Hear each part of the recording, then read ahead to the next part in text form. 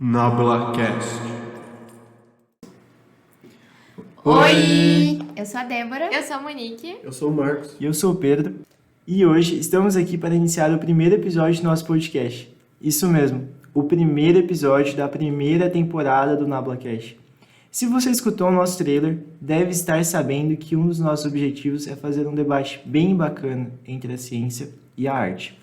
Mas se você não escutou o trailer, não tá sabendo o que tá rolando aqui e veio parar aqui por alguma coincidência do destino, não tem problema. A gente explica tudo de novo.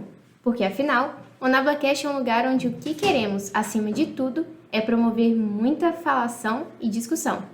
Então bora lá. O que é o NablaCast? Alguém aqui se arrisca a falar sobre? Monique? Bom, já que sobrou pra mim, né? A gente pode falar assim um pouquinho sobre o que é. O NablaCast, ele é um podcast de divulgação científica que possui promove, né, um papo bem bacana sobre o papel da arte e da ciência. A gente quer trazer muitos exemplos do dia a dia, querendo mais do que tudo que a gente para e pensa. Qual que é o papel da arte e da ciência no nosso dia a dia? Como que elas se fazem presente? E acima de tudo, por que a arte e a ciência são tão importantes para combater discursos científicos elitistas? Eu sei que parece 3 perguntinhas bem simples, mas se a gente parar para pensar, a gente poderia passar horas, meses, muito tempo discutindo. Então, como deu para perceber, assunto é o que não vai faltar aqui. Inclusive, caso você não conheça o Nabla, que dá nome ao nosso podcast, ele é um símbolo matemático que também aparece no nosso logo. Enquanto o símbolo tem grande inspiração no instrumento da harpa, ele ocupa um espaço relevante nas áreas exatas, em especial na matemática e nas equações do eletromagnetismo propostas por James Clerk Maxwell. Dessa forma, de maneira similar à que buscamos a ter nesse espaço, existe uma íntima relação entre arte e ciência. Bom, acho que deu para perceber que toda e qualquer oportunidade que a gente tem para relacionar arte e ciência, a gente não vai querer perder, né? Bem naquele clássico estilo de senta que lá vem a história. E para iniciar essas discussões e quem sabe tentar responder um pouquinho dessas questões, a gente queria começar com a discussão nos voltando para vocês, ouvintes. Nos últimos meses, quais foram as últimas vezes que vocês consumiram algum meio de cultura? E em quais espaços vocês consumiram esses meios de cultura? Foquem bem nessa última pergunta. Afinal, esta é a questão norteadora do nosso episódio. Não vamos apenas definir o que é arte e ciência. Vamos explicar essas ideias por meio de um tópico muito importante: o espaço. Se preparem, porque hoje vamos falar de espaços de consumo de arte e de ciência. Os espaços onde a ciência se propaga por meio da arte e também de como a arte se propaga por meio da ciência. Porque, afinal, não se tem como falar de arte e ciência sem falar dos espaços que elas ocupam e se propagam. Então, bora falar sobre?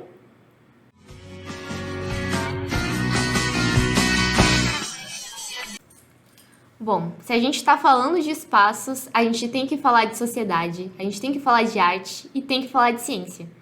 Mas assim, né? É uma baita responsa ter que falar sobre todos esses tópicos. É tanta coisa pra gente falar, comentar, que às vezes a gente fica até meio perdido, porque, meu Deus do céu, onde que eu começo? Mas relaxa, gente. Para ajudar a iniciar esse debate, para a gente ter uma ideia de onde começar para falar desses espaços, a gente preparou algo muito especial. Uma referência muito foda de um cara que é uma referência nacional e internacional. Não podia ser outra pessoa sem ser ele, Milton Santos, o cara.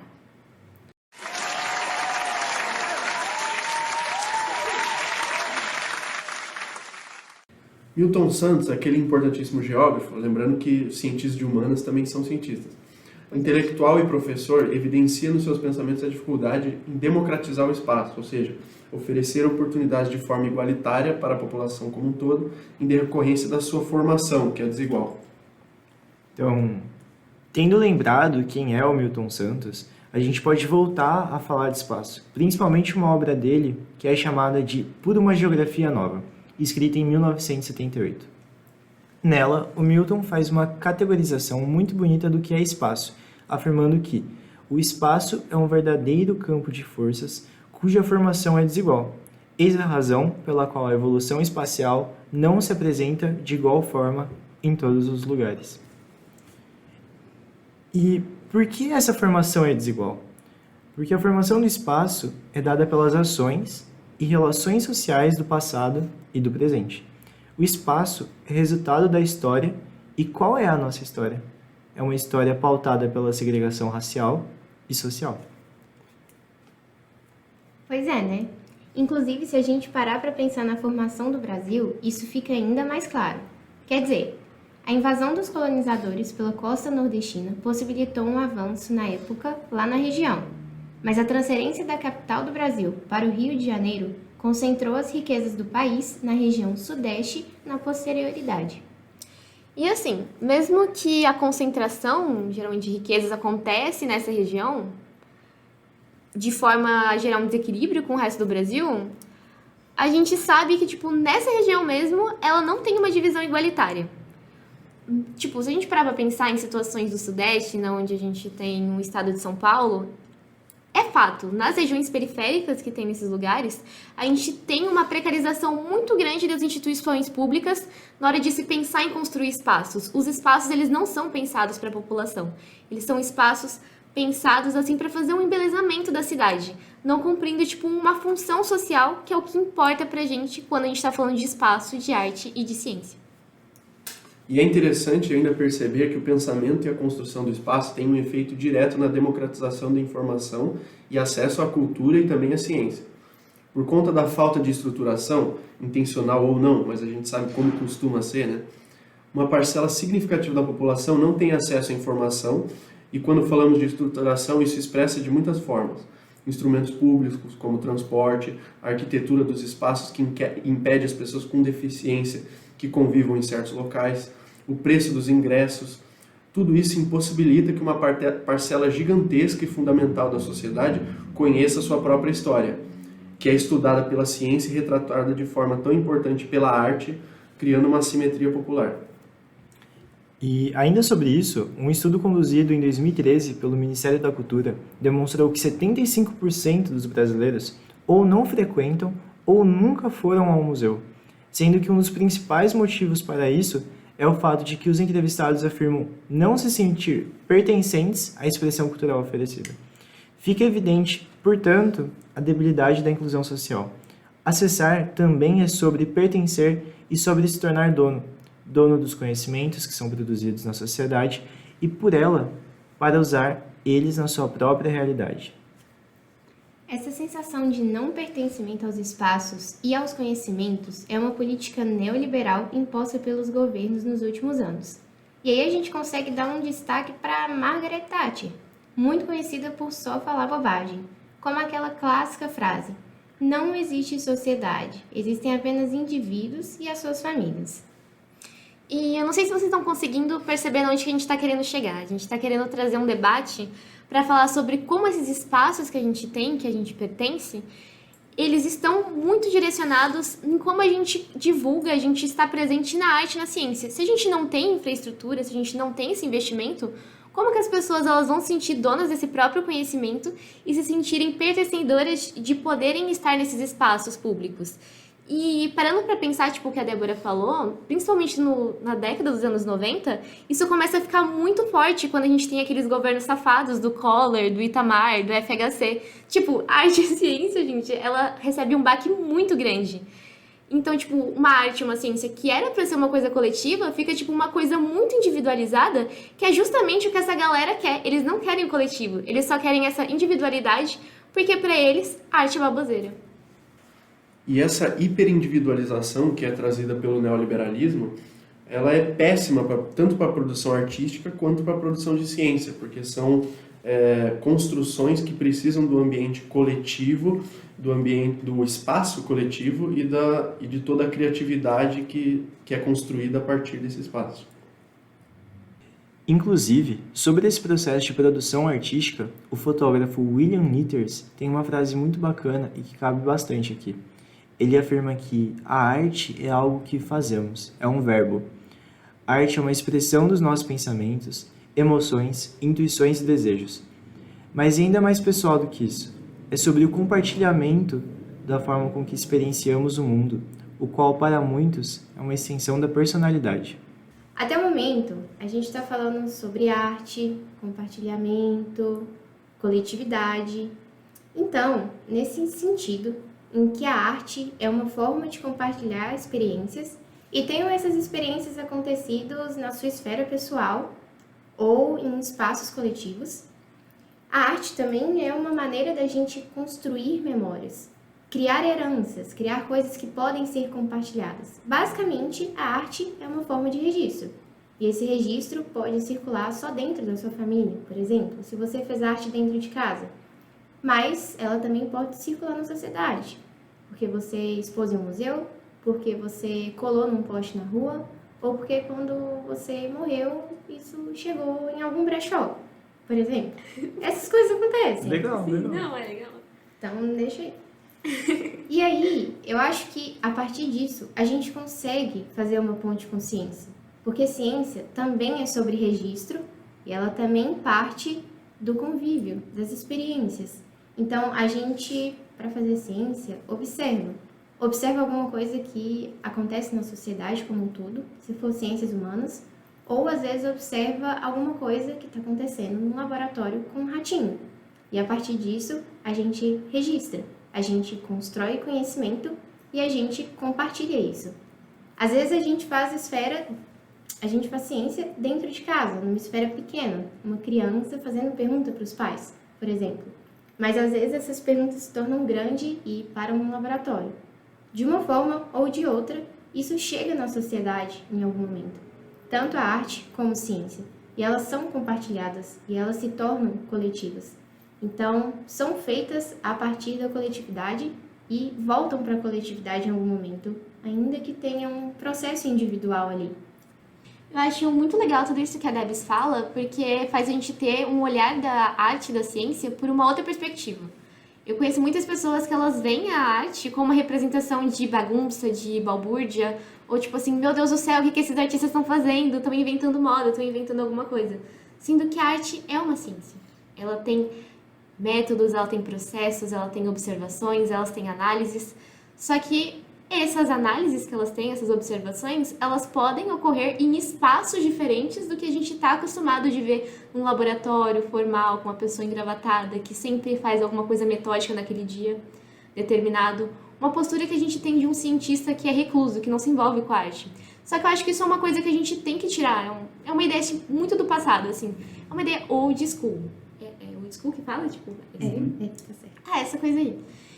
E acho que a gente tem que parar de ter esse viés de perspectiva e pensar em como a arte e a ciência, elas são diferentes, sim. Elas têm suas atuações e propagações e aplicações diferentes, só que ao mesmo tempo elas se correlacionam como métodos científicos válidos para aplicação e análise de observações que a gente tem no dia a dia. Então eu gosto dessa ideia. Amiga, eu acho muito legal isso também, porque dá pra gente retomar a ideia de espaço, que você comentou bastante, mas porque arte e ciência também acontecem nos mesmos locais, né? É verdade. Tipo, a gente também tem arte dentro da academia. A arte é estudada, igual você falou, é uma ciência, igual a física, igual a química. Então, elas acontecem em espaços separados, mas elas também acontecem em espaços que se atravessam. Isso é muito legal. Eu gosto desse paradoxo que às vezes acaba tendo, né? Tipo, ao mesmo tempo que elas funcionam juntas, elas também funcionam separadas. Algumas pessoas acham que são a mesma coisa, só que na verdade elas também não são a mesma coisa. A gente sempre tenta, tipo, diferenciar ou aproximar elas, mas no final tudo que percebe é que, tipo, elas sempre têm uma relação, elas sempre têm uma ligação. Porque elas são indissociáveis, é isso que eu vejo. E parando pra pensar, tipo, na atuação da ciência e da arte, a gente tem exemplos mesmo que a gente já faz na faculdade, de identificar validades de pinturas, de artes que a gente tem por métodos físicos, químicos, biológicos. Então, acho que cada vez mais a gente está tendo uma nova visão de como se relacionar a arte e a ciência. Isso é muito bacana. Inclusive, aproveitando que a Monique comentou sobre a faculdade, me veio um espaço na cabeça que transita tanto por faculdade, quanto por escola, quanto pela população como um todo, que é o espaço da biblioteca. É um espaço universal que engloba todos os temas de arte, de ciência, assim como os seus desdobramentos e seus entrelaçamentos. Inclusive, uma coisa que evidenciou muito a importância desses espaços coletivos foi a pandemia, né? Tanto que eu, por exemplo, eu estudava no Unicamp, fazendo física, e em 2021, né? E esses espaços, assim, o mais próximo que a gente tinha de um espaço coletivo de discussão, de construção do conhecimento, eram os grupos no Discord da Unicamp, que óbvio que não é a mesma coisa, né? Então isso fez muita falta e fica claro daí como que é importante esses espaços na construção do conhecimento.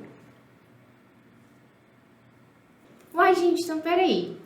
Tô pensando aqui. Cada um até o momento falou sobre um espaço. A Monique comentou sobre faculdade, o Pedro e o Marcos falaram sobre bibliotecas, mas eu vou propor um desafio. Então, se a gente tentasse pensar em um espaço aleatório, assim, à primeira vista, mas que na sua cabeça faça muito sentido e que arte e ciência se relacionem bem claramente nesse lugar. Mas além de falar que espaço é, você também tem que justificar como, assim, por que arte e ciência se relacionam lá. Alguém topa? Legal, hein? Não, topo. Acho que isso é da hora. Alguém quer começar? Alguém tem alguma sugestão? Olha, eu acho que um espaço que eu acho muito interessante para essa construção do conhecimento é lanchonete, restaurante, legal. refeitórios, lugares onde a gente come e bebe em geral, são geralmente muito produtivos, né? Porque a gente vai conversando. Ah, mas você assistiu aquele filme, aquela série? Ou então, no caso da ciência, a gente vê muito no refeitório da Ilum, a gente conversa, o que deu aquele experimento lá, qual foi o resultado. Então, acho que é um espaço muito interessante. Fora que ainda tem a questão da sua própria alimentação, né? Que é uma arte também. Que também tem a ver completamente com ciência e que super encaixa em tudo que a gente conversou, né? Boa. E o próximo? Quem vai agora? Olha, na verdade eu pensei em duas situações. Eu penso assim, um exemplo bem tradicional é tipo a praça que a gente tem nas cidades. Eu moro em Valinhos, no interior de Campina, então bem interiorana, assim, bem caseirinha.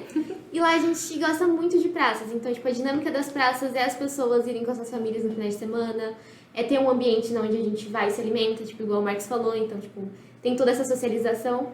Mas também é toda uma ambientação, eu penso na parte da ciência, da estrutura que tem que fazer para se pensar, para promover e para desenvolver aquela praça, para que as pessoas possam estar inseridas nela. Mas, tipo, parando pra pensar em um exemplo, assim, meio nada a ver, eu gosto de pensar em uma aula de dança, principalmente uma aula de dança do João Careca, que é o menino que a gente tem aqui na IU. Tipo, eu penso na movimentação que ele faz, tipo, de dança, porque, tipo, a movimentação corporal, ela é uma expressão, ela é uma forma de expressão, de comunicação da arte.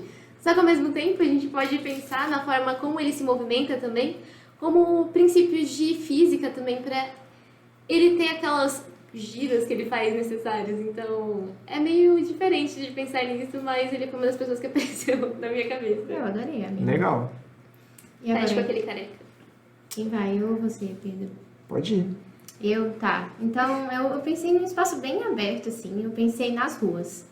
Acho que na rua a gente vê ciência e arte o tempo todo. Bem poeticamente, assim. Eu acho que todas as pessoas são arte, mas fugindo disso, sempre tem alguém tocando um instrumento ou cantando, ou as pessoas estão escutando música e elas vão fazendo aquele balançadinho, assim, que você rapidamente identifica como dança. Passa um carro escutando música alta, tem uma arte colada num poste. Isso tudo você vê numa rua curtinha, assim, na sua rua de casa, se você reparar bem. Mas também tem ciência. Eu acabei de comentar dos carros, acabei de comentar da música. Então a gente tem onda sonora, a gente tem toda a ciência envolvida em montar um carro, tem a ciência, o urbanismo envolvido no planejamento da rua. Então acho que é um exemplo bom. Legal. Acho que agora chegou a minha vez, mas ao invés de eu trazer mais algum espaço, eu vou passar a vez para você, ouvinte, e que teve a coragem de escutar a gente até aqui, acompanhou a gente nessa jornada. E a gente agora queria desafiar vocês e pedir para que vocês pensem também em algum espaço, pensem na justificativa desse espaço ter esse entrelaçamento da ciência e da arte e mandem pra gente. Bom, eu acho que esse foi o episódio de hoje. Se vocês tiverem mais alguma coisa para complementar. Antes de encerrar, eu queria agradecer, né? Todo mundo que escutou até aqui. Queria agradecer o pessoal do grupo também, Monique, Marcos, Pedro. Foi difícil esse trabalho, mas foi bem legal pensar na relação de arte e ciência e isso no nosso dia a dia, né? Então, muito obrigada a todo mundo. Muito obrigado. Muito obrigada, gente. E muito obrigado para a professora Ívia, né? Nossa, A mais bonita, querida. inteligente e cheirosa de todas. Nossa, que Te amo, tendencioso. É que eu sou meio Ivy lover, sabe? Tipo, eu casaria com a Ivy, se ela quiser. Nossa, a gente vai terminar o podcast com Mas- isso. De casamento, Ivy, por Não, favor. pera, não acaba, não, pera, tem mais uma coisa. Se você gostou do NablaCast, fica de olho, talvez algum dia aí, em algum momento, tenha um segundo episódio, nunca se sabe, mas sempre relacionando ciência e arte de modos meio inesperados. A gente acha que sim. Fica ligado.